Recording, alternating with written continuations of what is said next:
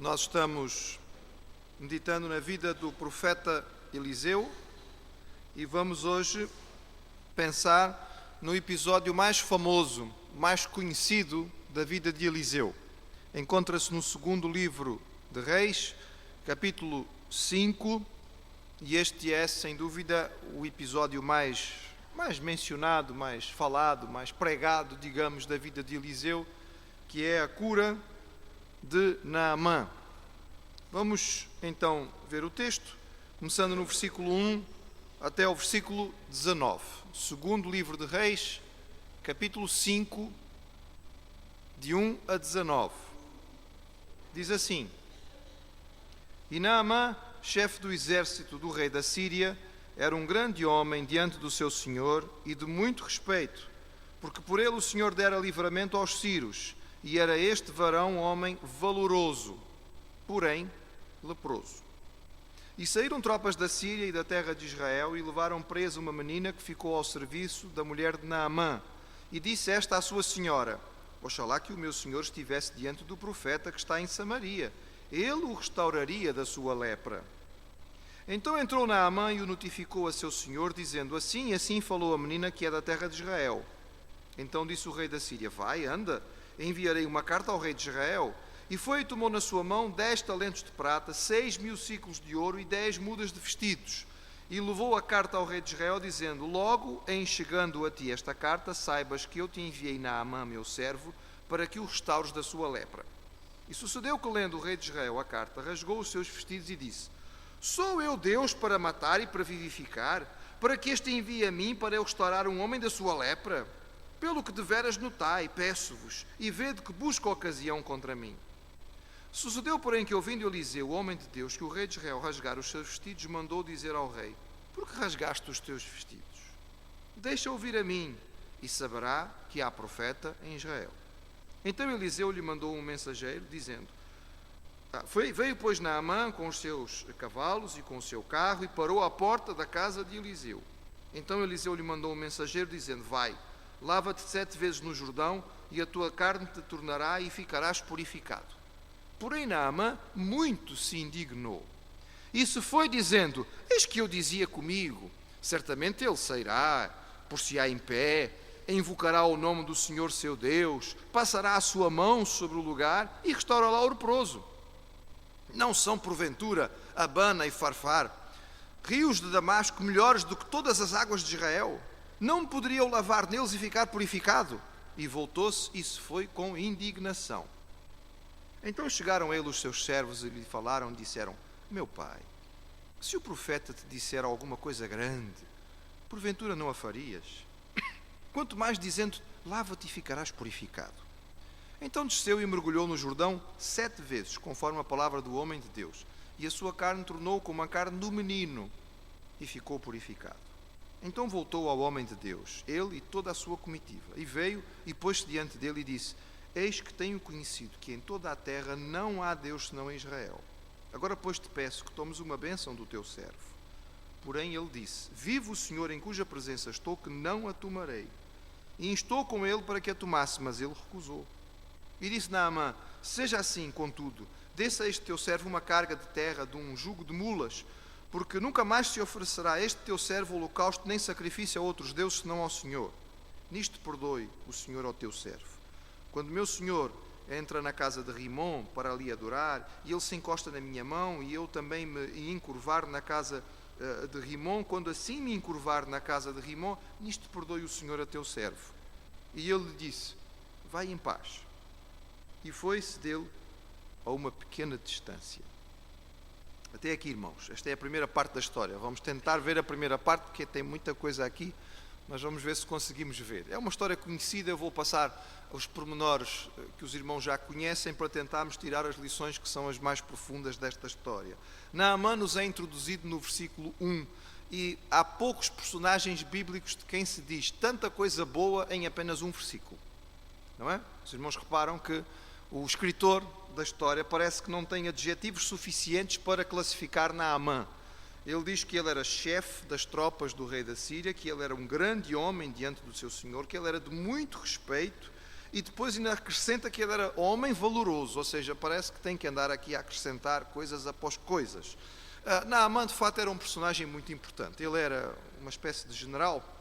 Talvez nós pudéssemos dizer, na nossa linguagem de hoje, ele era chefe de Estado-Maior-General das Forças Armadas. Ou seja, ele era o manda-chuva da coisa, era o homem que estava no topo, general de 5 estrelas, o comandante de todas as tropas da Síria, uma espécie de vizir, ou seja, de primeiro-ministro.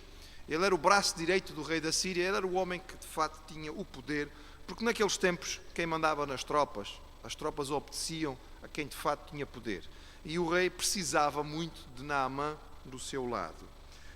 Portanto, é de fato um personagem extraordinário, mencionado de forma muito significativa e categórica. O que é muito interessante, no entretanto, notar nesta história, irmãos, é este pormenor que eu não sei se a gente costuma perceber, mas que está aí no versículo 1 de forma muito clara, e diz assim: porque por ele o Senhor dera livramento aos sírios. E eu não sei se nós prestamos atenção neste pormenor, mas não é um pormenor insignificante, pelo contrário. Porque é que Naamã era um homem tão importante? Porque é que Naamã ocupava uma posição tão distinta? Diz o texto que não era só porque ele era um líder militar de renome, não é só porque ele fosse o chefe dos exércitos da Síria, não é só porque ele era um grande general, mas diz o texto de forma muito clara: porque o Senhor o abençoara, porque Deus o usara para dar livramento aos sírios. Se a Síria hoje tinha a posição que tinha, se estava hoje, nesta época, na posição que tinha, de comando, de força, e se Naamã era o homem que era porque Deus lhe tinha dado esta possibilidade. Prestem atenção, irmãos, porque isto não é insignificante. O nosso Deus é um Deus soberano. E isso significa que o Senhor pode usar qualquer pessoa, mesmo aquelas que nós achamos que estão fora, porque nós colocamos muitas limitações à ação de Deus, mas o Senhor não tem. E Ele tanto pode usar um líder cristão, como Ele pode tocar o coração de uma pessoa que nós achamos muito distante e usar esta pessoa para fazer algo que Ele quer fazer. A Bíblia nos mostra isto em muitos episódios e em muitas ocasiões. E este é um deles. Este homem não é um homem crente no início desta história. Ele é um homem pagão. Ele pertence a um povo inimigo de Israel. Mas Deus estava usando a Síria, de certa maneira, para dar uma lição ao povo de Israel, porque o povo de Israel tinha-se desviado do Deus verdadeiro.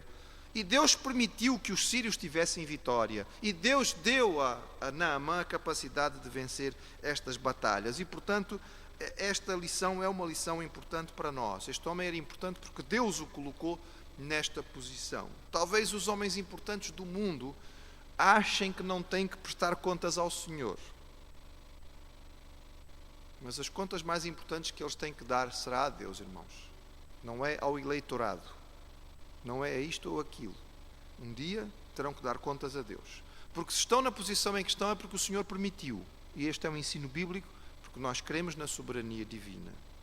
Mas também é muito importante este texto, porque ele começa dizendo tantas coisas fantásticas sobre Naamã. Naamã era importante, ele era um general, ele era chefe, era um grande homem, era muito respeitado, era valoroso. Porém, e em todas as vidas há pelo menos um porém, não é? Mesmo na vida dos mais importantes, mesmo na vida dos grandes, mesmo na vida daqueles que têm posições de destaque. Porém, às vezes, irmãos, nós invejamos aqueles que estão em posições altas. Às vezes nós invejamos aqueles que têm mais riquezas do que nós, ou que têm mais poder, ou que têm mais fama do que nós. Vamos lembrar uma coisa, irmãos, seja quem for, esteja em que posição esteja, todos terão nas suas vidas um porém. Há sempre um mas. Tudo parece uma maravilha, mas não é? Há sempre um mas, há sempre um porém. E antes de nós começarmos a chorar pelos nossos poréns, convém que nós olhemos para os poréns dos outros, porque eles também têm. E quem sabe as suas razões não chamam a atenção das nossas, para que nós percebamos o quanto o Senhor tem sido bondoso para conosco. Talvez muita gente invejasse a Naamã a sua posição.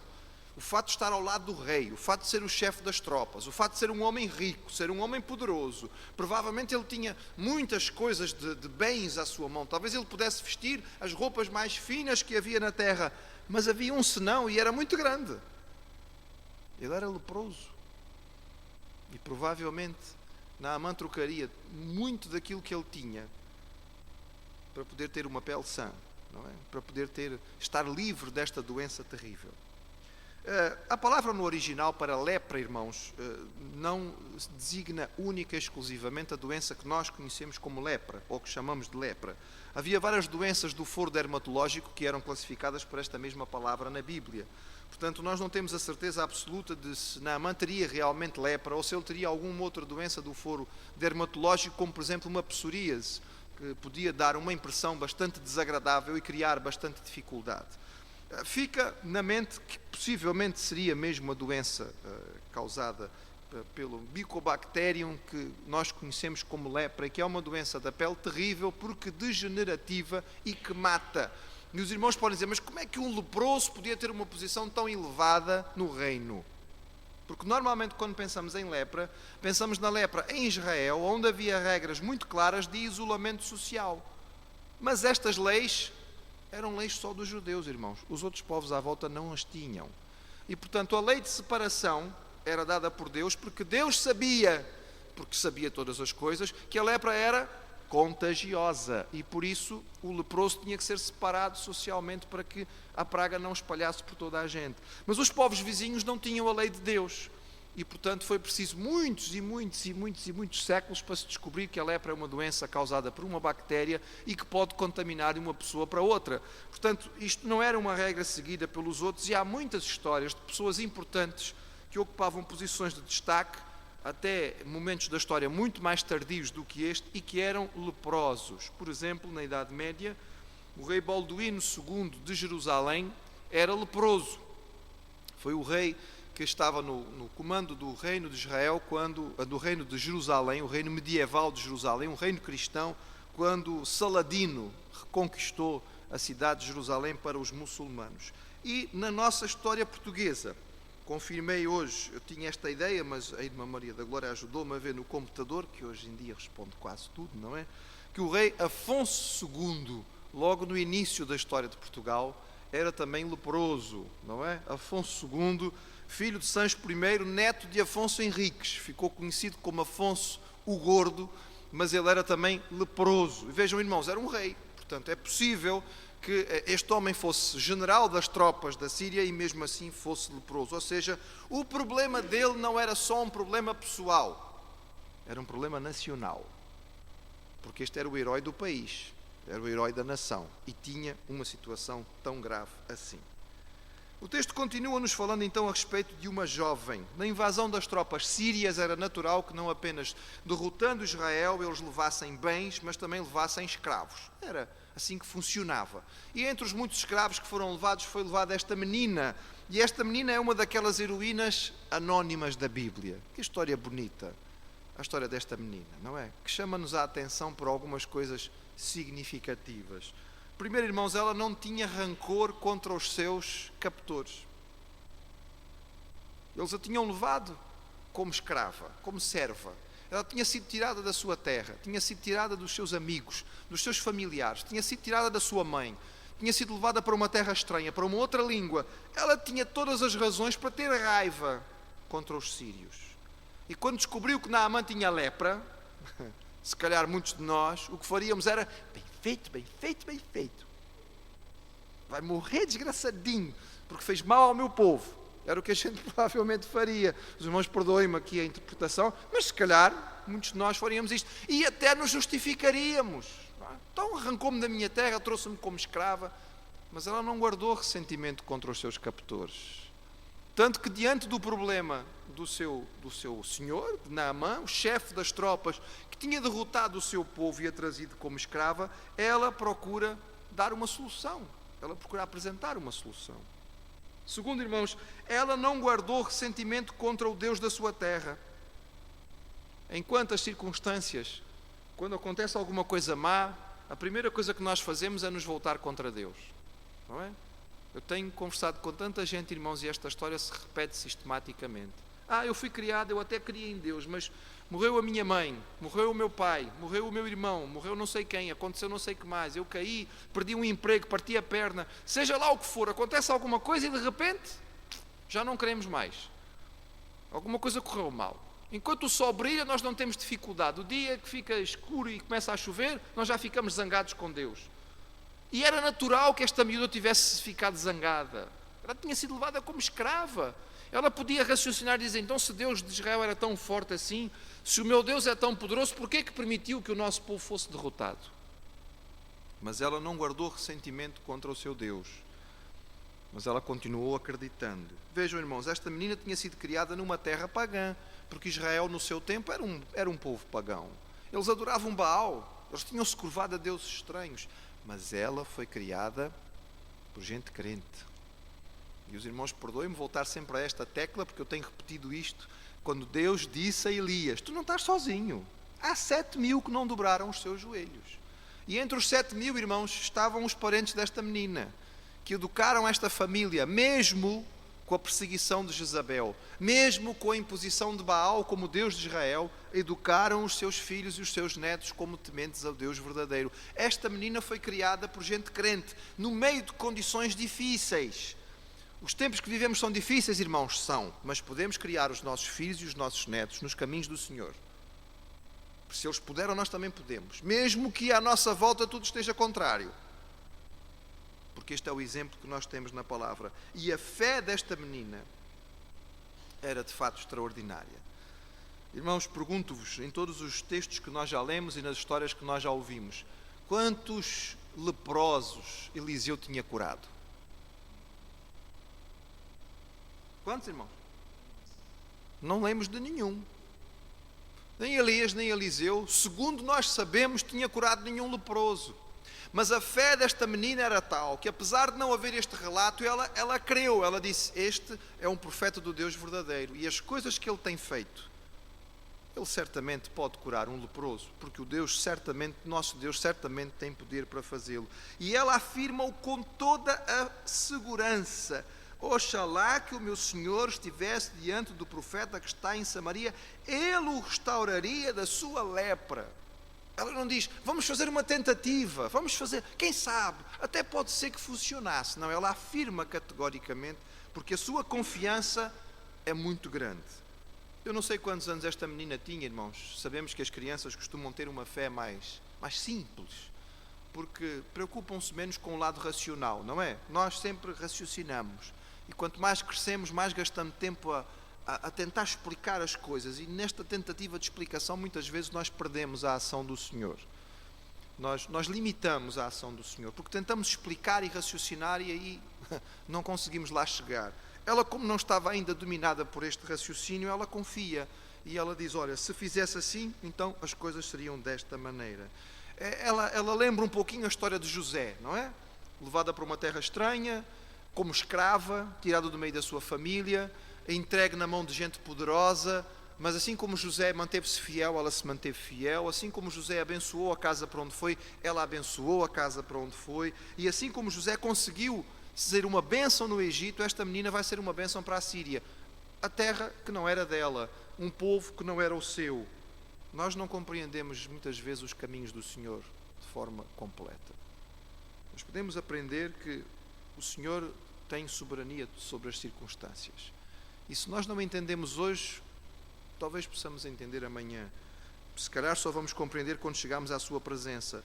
Mas certamente o Senhor tem algo para fazer de extraordinário e pode fazer algo de extraordinário, mesmo que nós não consigamos entender porque Ele está agindo daquela maneira. Para esta menina não deve ter feito sentido nenhum ser levada como escrava para uma terra estranha.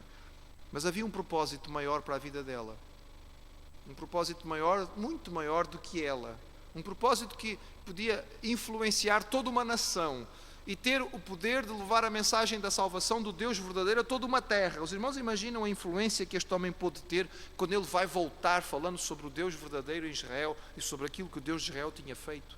Podem imaginar quantas pessoas terão procurado saber mais sobre o Deus de Israel e eventualmente terão se convertido por causa do testemunho simples desta menina. Mas este testemunho não teria acontecido se ela tivesse ficado em Israel, na casa dos seus pais, no conforto. Aconteceu porque ela foi levada como escrava. Nós nem sempre entendemos, irmãos. Mas a Bíblia nos ensina que nós temos que confiar na direção do Senhor. Qual foi então a reação de Naamã? Naamã foi ter com o seu senhor, não é? Ele é um general, é um homem importante, mas ele ainda depende do seu senhor. E então há aqui uma forma de pensar que não deve nos criar confusão. Entendamos o seguinte: os povos daquele tempo acreditavam em muitos deuses. Eles não tinham dificuldade em acreditar que em Israel também houvesse um Deus.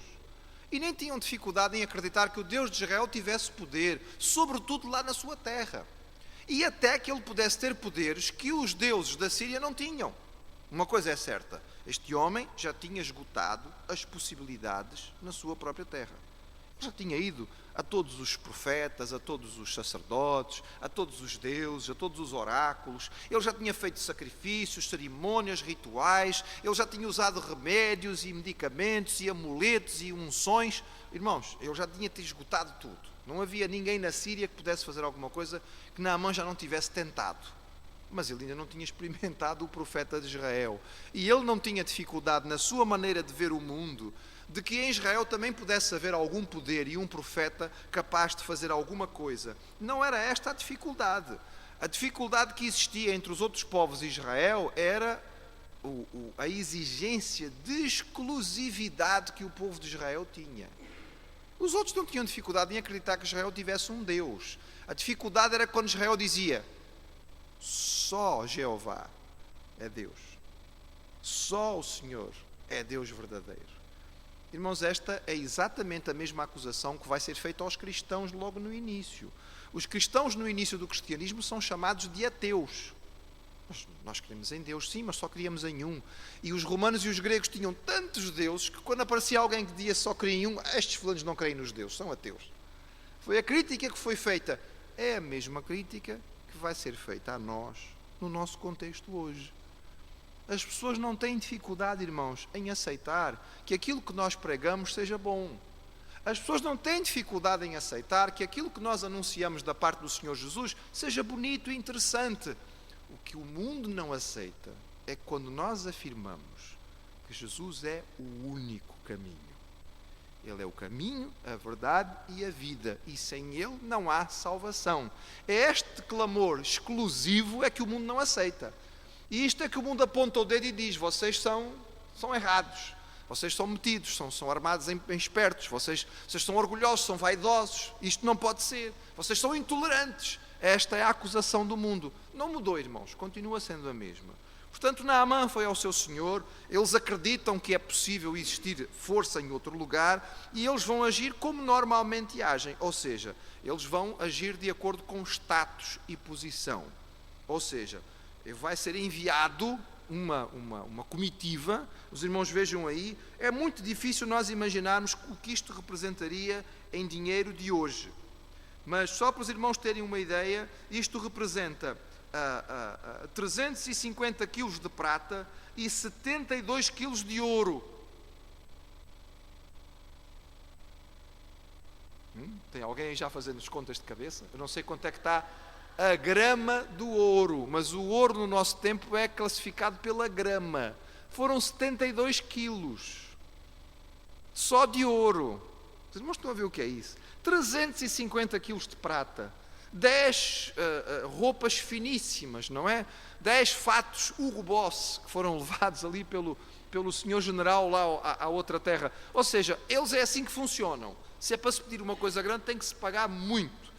Não sei se os irmãos, espero que os irmãos não tenham essa experiência, mas os bruxos e as bruxas cobram caro, não é? E quando se vai a eles tem que se pagar muito. Eu pelo menos vi os feiticeiros na Guiné, pediam conforme aquilo que se precisava fazer, às vezes tinha que se pagar vacas e roupas e muito dinheiro. E portanto ele está a pedir uma coisa grande. Como ele é um homem importante, ele tem que levar muito, porque eles é assim que acreditam. Ele vai procurar uma espécie de mágico em Israel, um mágico que vai tratar um homem deste nível e desta importância, portanto ele acredita que tem que levar tudo isto para entregar nas mãos de Eliseu. E quando ele chega, o que é que ele faz? Ele vai primeiro ao rei de Israel. Nós não sabemos exatamente qual seria o rei, há muita discussão, porque o texto não nos diz claramente, nós não sabemos em que ordem esta história acontece, dentro da ordem da história, em que momento exato ela acontece. Portanto, há aqui alguma discussão se ainda é um dos reis da família de Acabe, ou se já é Jeú, que foi o que deu o golpe de Estado. Alguns defendem uns, outros defendem outros, mas isto não é muito importante aqui. Ele vai ao rei de Israel porque ele entrega esta carta no respeito à hierarquia. Não quer dizer que ele queria que fosse exatamente o rei de Israel a resolver o problema, mas ele acredita que os mágicos de Israel estão sob a ordem do rei de Israel. Assim como os mágicos, os profetas, os sacerdotes, fossem o que fossem da Síria, estavam sob o comando do rei da Síria. É por isso que ele leva a carta ao rei. E como é que o rei reage? Não seja por isso. Vamos já conversar com Eliseu. Não é o caso, não é, irmãos? Ele fica desesperado. O rei fica desesperado. Rasga as suas roupas. Os irmãos já sabem o que isto representa. Ele fica sem saber o que fazer, não é? Ele está em angústia profunda e a reação dele mostra que ele está profundamente conturbado e ele pensa que o rei da Síria está usando isto como uma estratégia política.